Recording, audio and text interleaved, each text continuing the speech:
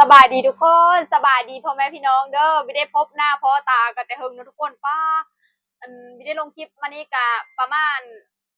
ณจังมือวะ2 อาทิตย์ทุกคน2 อาทิตย์กว่า FC ก็คือสิลืมกันเมื่อแล้วเนาะทุกคนอย่าฟ้าวลืมกันเด้อพ่อแม่พี่น้องมื้อนี้ก็สิมาอัพคลิปลงคลิปพี่น้องเอ้ยอาจสิมาลงคลิปปกติแล้วบัดนี้นะทุกคนมื้อนี้ก็ได้แนวกินมาทุกคนเอ้ยไปร้านค้ามาพี่น้องนี่ไปตลาดมา อันนี้ดีจักว่าจักกิโลทุกคน60 บาทนี่แหละ แล้วก็มีบรอกโคลีน้ำซิมาโคโซเดียวนะทุกคน แต่ละมื้อเนี่ยกินแต่ไข่กับต้มมี่มื้อนี้เป็นเมนูกินไก่นะทุกคนมื้อนี้มันเป็นกินหมู กินไข่มาหลายมื้อแล้วมื้อนี้ก็เลยว่ามีซื้อไข่มาสิเฮ็ดอันหมดเลยทุกคนเอ้ยเพราะว่าเอ็ดไว้กินมื้อเช้าเลยมื้อเช้ามาเฮาก็จนไม่ได้เฮ็ดกินนะทุกคนไม่ได้ลงคลิปมานี่2 อาทิตย์พุ่นนะทุกคนเนาะ FC ก็คือสิลืมกันหมดแล้วบ่จัก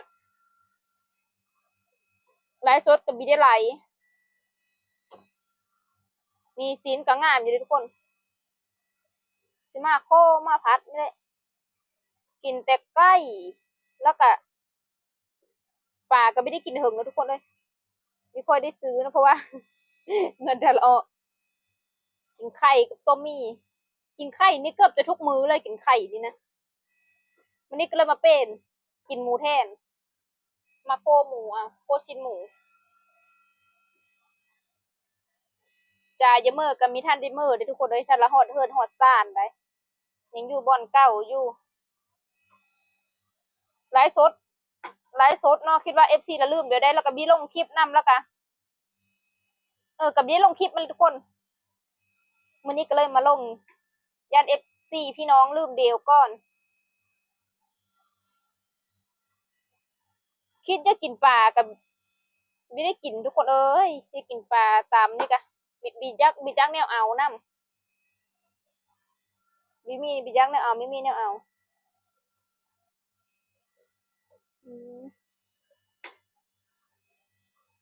ก็สีเนาะงามอยู่ได้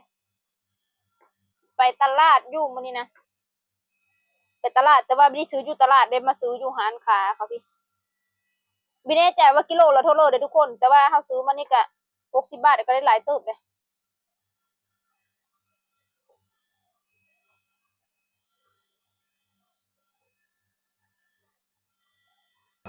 ซื้อรอบเดียวได้กินตั้ง2 คาบเลยทุกคนได้กินฮอตมื้อเช้าเพิ่นได้กินฮอตตอนเที่ยงมื้อนี้เฮากินกับข้าวหุงคือเก่าบีนึงข้าวผู้สุกว่ามาพี่น่ะกินข้าวหุงหลายก็กินข้าวเหนียวอีก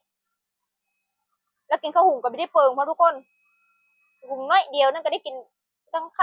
คาบไม่ได้เปิงข้าวเหนียวไปเลยข้าวเจ้าก็เอามาแต่บ้าน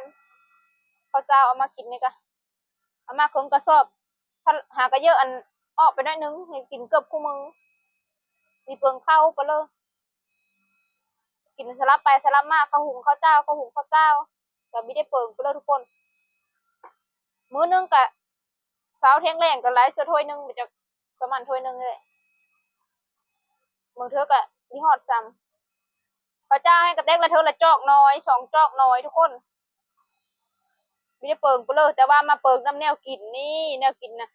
กินย่องย่องแยกแยกกินจุกกินจิ๊กพะนะถ้าได้อาหารแล้วก็ซื้อน้ำหวานซื้อขนมพี่เลยเป็นแนวนั้นเลยเปิงเป็นแนวนั้นเลยแล้วก็ซื้ออันกินข้าวซื้อไม่ได้เปิงอาหาร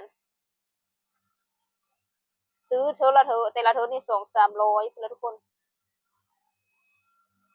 กินเองอยู่เองกันนี่เลยเขาถ้าเราเธอลงคลองในทรงนี้ถ้าเธอลงคลองพอได้กินแบบพอไปตึกปลาบอนอ้ายมากินไปงมหอยบอนอ้ายมากินแบบนี้นะพอได้ไปหาตูดน้ำเขาอยู่ทรงที่แบบว่าลงหนองได้แบบเพิ่อก็ปล่อยกุ้งแล้วเขาก็บิได้เธอลงหนองนะทุกคนบิเธอลงหนองบิเธอลงคลองมีแต่ซื้อกินเอาแบบนี้นะทรงไม่มีกุ้งก็แบบว่าหากินตามห้วยห้องคลองบึงก็ได้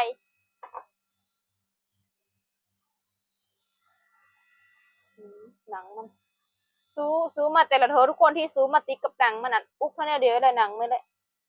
เดี๋ยวป้าก็เสียดายจะกินกับเดี๋ยวซอยกับแต่ก็เสิร์ฟไปที่จริงมันแบบไม่มีหนังก็มีได้แต่ว่าเฮาจะเอาแบบมีหนังนะชิ้นมันงามกว่า ดีเซที่แปลว่ามีหนังจีนมานำบางคนก็มากินแต่ว่าค่อยนำดีค่อยได้มากินไปเลยหนังหมูเนาะ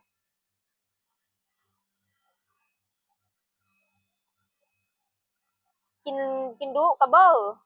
ก็กินไก่เนี่ยกินคุ้มกินไข่ฮะก่อนนี้คิดว่าดิเบอร์เรากินไข่ไปแล้วกินไข่คุ้มแล้วกับกินไข่แล้วก็ไม่ค่อยได้ซื้อมาแล้วนี่กินไข่เป็ดดูนะเอามากินไข่ไก่ไข่เป็ดอยากซีนไก่ก็ยังซีนหมูกินรับไปรับมาทุกคนบอกบอกกรีคือเยอะเลยแต่ว่าไม่ได้เยอะแต่ผสมราคาเลยเนาะ15 บาทแถวบ้านเฮานี่โอ้ยเป็นในเมืองแพร่จังได้กินในแถวห้านค้าแถวบ้านก็คือบ้านนี่ไม่ได้กินนะทุกคนต้องเฮาในเมืองหลานคนนั้นมากินเท่าไรนะเอามาพัดมาลุมาพัดนี่นะเด็กน้อยเถอะอยู่เถอะนะมากินอันนี้นะกินคู่มื้อก็ได้เขาว่ามันแซ่บแต่ว่าแถวบ้านทำมีค่อยจะมีเสมอขายไปกิโลก็แพงแต่ทุกคนตัวสีเขียวนะแพง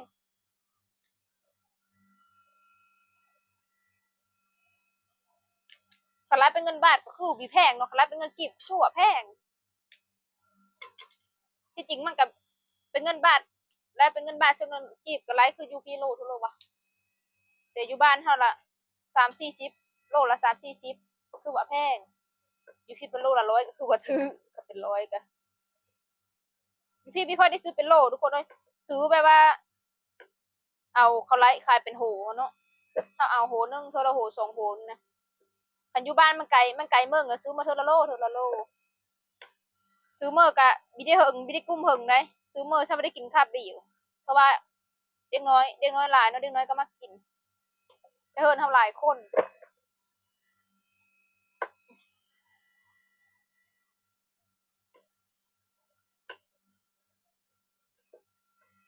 กินแบบนี้นะทุกคนเอาพี่เลอเฮอตุยนั่นกับเอฟซีเบ้าเธอกินหลายๆกินหลายก็คือเก้ากินหลายกับมีตุยเมื่อโอกาสตุยแล้วบอก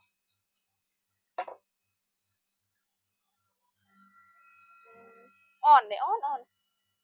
แต่ว่าเขาปูเนาะโลบานอบ้านเฮาปูอยู่บ้านปูอยู่ศูนย์นะทุกคนเป็นน้อยๆบางเธอก็มีอ้อดอกซ้ำบางเธอก็อ้อดอกกระดอกซ้ำนี่แหละนี่ซ้ำนี่แหละแล้วก็สุดยอดพร้อมว่าของเขาคืออ้องามมาลีเนาะเป็นน้ำพุ่นน้ำดินบ่เล้งนี่คือเดียวบ่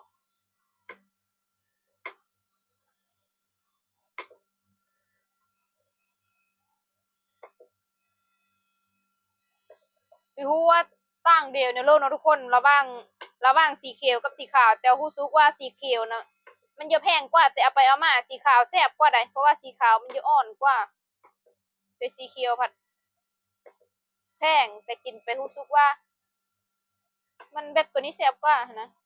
ตัวนั้นรู้สึกว่ามันจะแก่ๆเวลาเขาเอานั้นนะเป็นแบบขยะอยู่ปลายมันนะทุกคน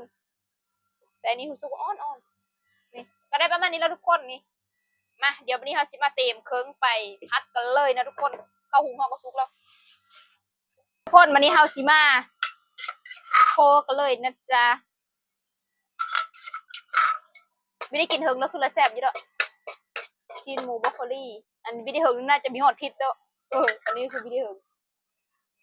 แก๊สจะหมดบอกว่าถ่านกับแพง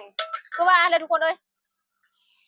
บ้านเฮาคนจุหลายเนาะแถวพี่คนไม่ค่อยจุก็เลยจุแพงบ่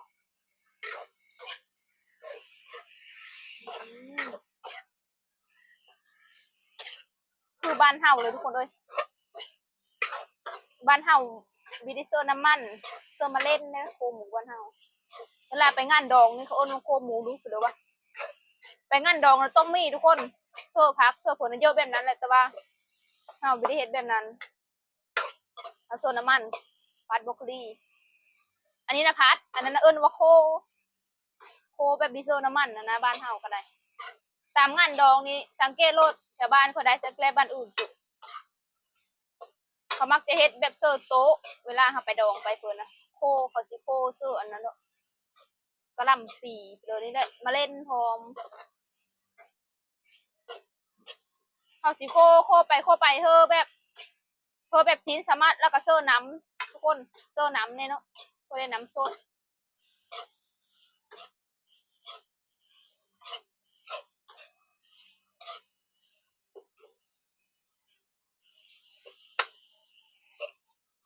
หลายเติบเลยเด้ได้กินฮอดมื้อเช้าพุ่นละนี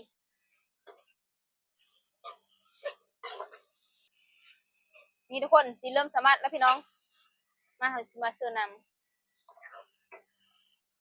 นี่สิเสิร์ฟหลายกว่านี้ก็ได้ทุกคนเพราะว่าเสิร์ฟบรอกโคลีนำได้ซะหลายเติบเด้อนี่กะสิอบจนมันเฮาเนื้อเฮาหนังเวลาจึงสิปรุงมากินทุกคนปรุงมากินแล้วเดี๋ยวลาวนี่ปรุงมากินพี่น้องนี่โอบไปก่อนนะทุกคนคือบรอกโคลีแบบบรอกโคลีสุกยุบก็ซีนแบบที่จริงซีนนั่นบีสุกหลายก็ได้แต่ว่าเฮาเสิร์ฟบรอกโคลีไปนำแล้วก็เพิ่มสุกๆเพื่อจะเอามากินแล้วทุกคนดูสิสุดท้ายท้ายสุดก็คือเค็มเซฟนี่ถ้าบีเค็มก็คือบีได้กินนะพี่น้องหอมเลยโอ้บักหลายนึงนะเลยซ้ำนี่อันบรอกโคลีเนี่ยนะหลายเติบกินกับข้าวหุงร้อนๆน่าจะพอดีน่าจะมีเค็มแล้วถ้ากินกับข้าวหุงร้อนๆนะทุกคนที่จริงนะค่อยยกโคเซอร์อันมะเพ็ดแดงๆนะทุกคนมะเพ็ดสีฟ้านะแมนมะเพ็ดแดงมะเพ็ดแดงมะเพ็ดแดงๆงามๆนะใหญ่ๆนะแต่ว่าบีมี่มาโคเซอร์มาคิดนี่แทนแต่ว่ามาคิดมันสีหอมแซ่บกว่าทุกคนมามันนี่แล้วพี่น้องเขาเปิดก็มีเบิ่งดูนี่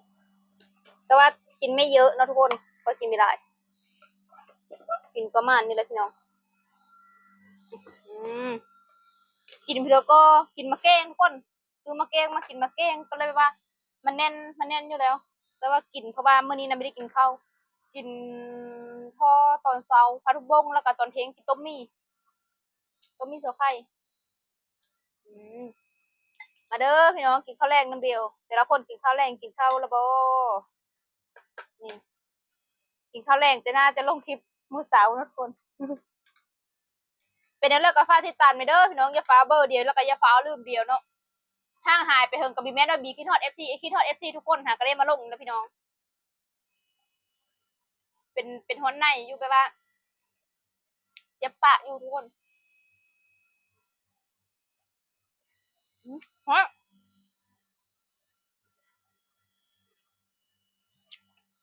อืมอืมถึงกับอันนี้นะพอดีข้าวหุงนะพอดีแต่เสียดายเจ็บปะเป็นฮอนในปะพง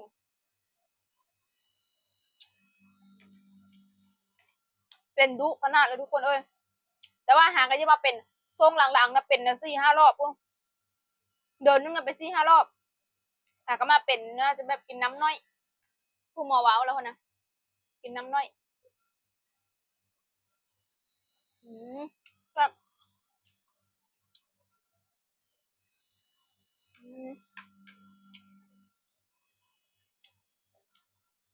แต่ว่าซีนนะเพิ่งโบด